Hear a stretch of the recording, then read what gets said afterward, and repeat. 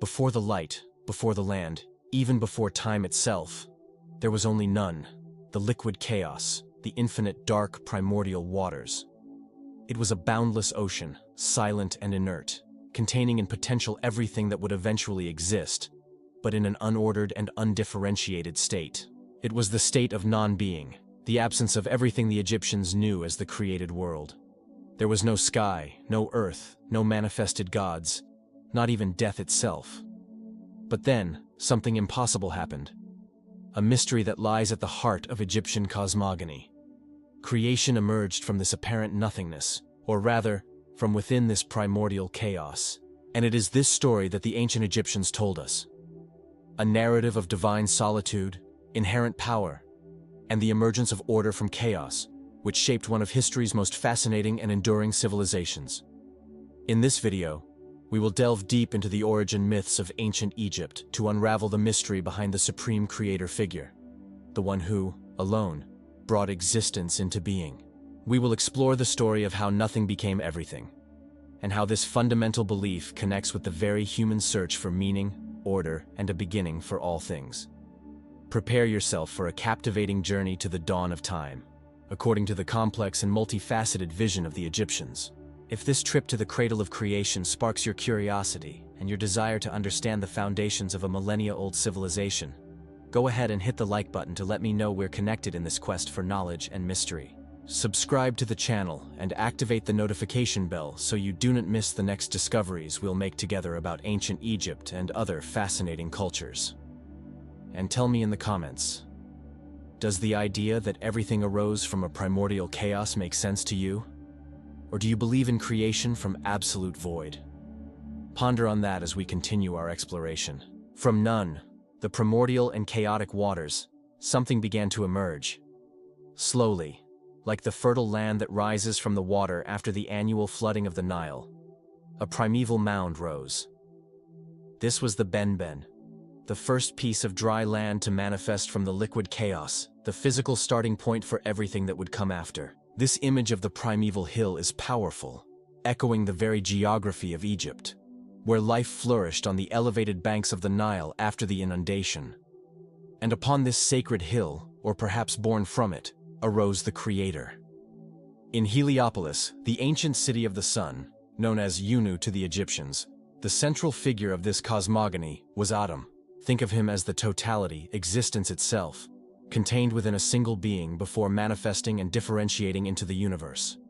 Atum was the complete one, the unique one, the self-generated God. Atum did not need a partner or an external force to exist. He simply was, emerging into consciousness from the inert state of Nun. And the first act of creation was a solitary one, an internal effort of will and power. But why would a God who was the totality and complete in himself create the universe? What moved him to act and break the silence and inertia of Nun? The story tells that Atum felt loneliness, or the desire to create other forms of existence to share his essence. And from this primordial impulse were born the first gods, the first duality to emerge from unity. The most well-known tradition, recorded in ancient texts, states that he masturbated, and from his semen his first children were born. Yes, that's right. A surprising image for modern sensibilities, but for the Egyptians, it was a powerful metaphor for spontaneous and self-sufficient creation, an act of vital force that generated life from the Creator himself.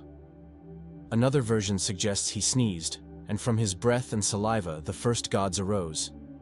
Both versions, masturbation and sneezing, symbolize creation coming from within the very being of the Creator, without the need for a feminine principle or any other external force. For the Egyptians, these were ways of explaining the inexplicable, how life and order emerged from primordial chaos. Take a deep breath and feel the air in your lungs, the moisture on your skin. These elements that seem so common and essential to our existence were, in the Egyptian view of the Heliopolitan cosmogony, the first manifestation of order from chaos, the first differentiated beings to emerge from none. These first gods were Shu, the god of air and space, and Tefnut, the goddess of moisture, dew, and rain. They represent the first fundamental duality, the initial separation that made the existence of the physical world possible. This is the promise of transformation. from the absolute and undifferentiated void of none to the tangible and dual reality that we can feel and experience. It is the authority and power of the Creator unfolding into fundamental elements that sustain life. And so, the first generation of gods, children of Atum, emerged, Shu and Tefnut. They united, and from this union were born the next generation of deities, representing the basic elements of the physical world. Geb, the god of the earth, and Nut, the goddess of the sky. Geb and Nut were originally intertwined, representing the primordial state where sky and earth were not separated. However, for the world as the Egyptians knew it to exist, separation was necessary, and it was Shu, the god of air, who carried out this task.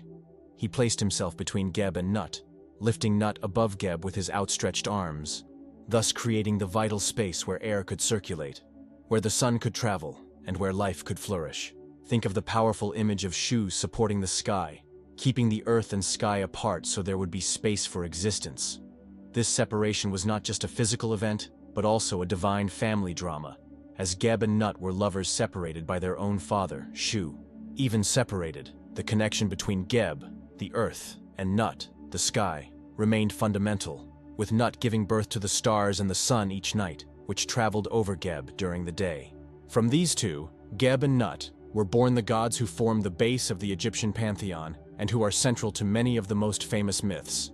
Osiris, god of the afterlife, order, and vegetation. Isis, goddess of magic, motherhood, and healing. Seth, god of chaos, the desert, and storms. And Nephthys, goddess of protection and funerary rites. In some versions of the myth, Horus, son of Osiris and Isis, is also included in this initial generation, completing the Ennead of Heliopolis, the group of 9 deities representing the first emanations of the creator Atum and the fundamental forces of the cosmos. See how creation unfolds, layer by layer, from a primordial unity to duality, then to the physical elements, and finally to the gods who govern aspects of life and the universe. It is like life emerging from the fertile silt that returns to the banks of the Nile after the annual flood. Each step is an expansion and differentiation of Atum's initial energy, bringing more order and complexity to the cosmos.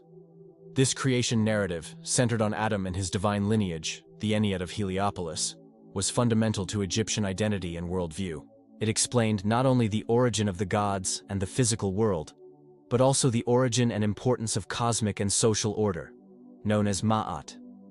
Ma'at was not just a goddess, represented with an ostrich feather on her head symbolizing truth and balance, but a universal principle encompassing truth, justice, righteousness, cosmic and social order, and harmony at all levels of existence, from the movement of celestial bodies and the cycle of seasons to human interactions and the administration of justice in society.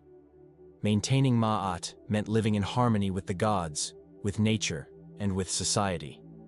The pharaoh, as the mediator between the divine and human worlds, had the primary responsibility of ensuring the maintenance of Ma'at on earth, performing rituals and governing justly to prevent the chaos of Nun from returning to swallow the ordered world.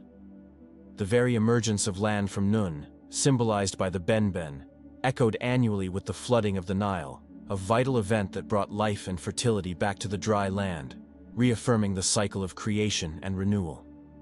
The existence of Egypt, with its fertile land sustained by the Nile and warmed by the sun, associated with Atum and Ra, was seen as a continuous manifestation of this primordial act of creation. The figure of the creator, whether Atum in Heliopolis or other deities in different religious centers, represented the inexhaustible source of power and the guarantee that order can always emerge from chaos. The daily cycle of the sun, rising and setting, was the constant renewal of the creative act, the daily victory of light over the darkness and chaos of the night. The sun's nightly journey through the underworld, Duat, was seen as a battle against the forces of chaos, and its rebirth each morning was a reaffirmation of the order established by the Creator. Think of those 3 seconds before you remember something important, and everything starts to make sense.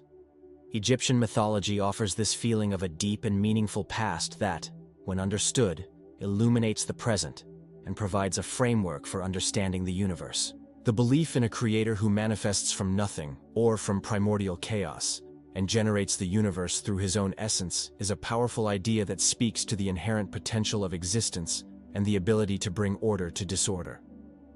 It is a testament to the antiquity and depth of human thought on the great questions of origin and purpose. In addition to the Heliopolitan tradition, with Atum at its center, other Egyptian cities had their own versions of creation, reflecting the decentralized and evolving nature of Egyptian religion. These different cosmogonies were not necessarily seen as contradictory, but rather as varied perspectives on the same fundamental mystery.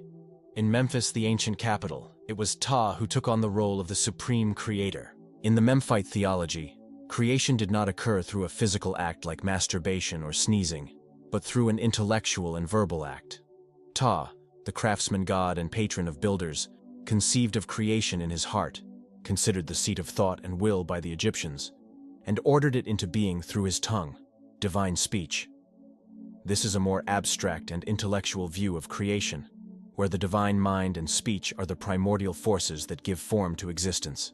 Another important tradition came from Hermopolis, where creation was attributed to the Ogdoad, a group of 8 primordial deities, 4 pairs of gods and goddesses, representing the characteristics of Nun before creation: the waters, Nun and Nonet; spatial infinity, He and Hauhet; darkness, Kuk and Kauket; and air or the hidden, Amun and Amaunet. It is believed that the interaction of these forces within Nun gave rise to the primeval mound and the cosmic egg from which the sun or the creator emerged. Even with these regional variations, the central idea of a primordial force or set of forces emerging from the initial watery chaos, Nun, and establishing order, Mayat, was consistent throughout Egyptian civilization. This order was fundamental to daily life and to the belief in the afterlife. In the final judgment, the heart of the deceased was weighed against the feather of Ma'at to determine if they had lived in accordance with cosmic and social order. The story of the Creator and the first generations of gods was not just a distant origin myth, but a model for Egyptian society itself. The divine family reflected the human family structure. The separation of Geb and Nut and the subsequent struggles between their children, especially the conflict between Osiris and Seth, were metaphors for the challenges, conflicts, and inherent duality of life, but also for resilience, the ability to restore order, and the belief in ultimate justice, represented by Horus's victory over Seth and Osiris's reign in the afterlife. The depth and resilience of these myths lie in how they intertwine the cosmic and the everyday. The annual cycle of the Nile, the rising and setting of the sun, social order, justice in the courts, life and death. All of this was seen as part of the great drama of creation that began with the solitary creator emerging from Nun and establishing Ma'at.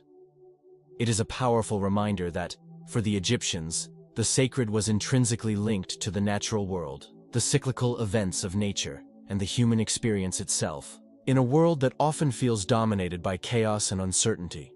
Looking to these ancient narratives reminds us that the search for order and meaning is a fundamental part of the human condition, and that the Egyptian civilization found its answers in a mythical past where order arose from chaos.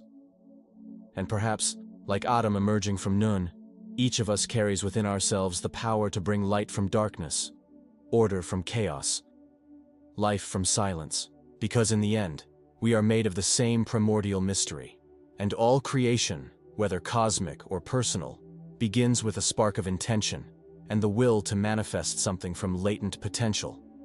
And you? What part of this journey through Egyptian cosmogony surprised you the most? Were you already familiar with this version of the universe's creation? Tell me in the comments below. Your perspective and your questions can illuminate others and enrich our conversation about these fascinating myths.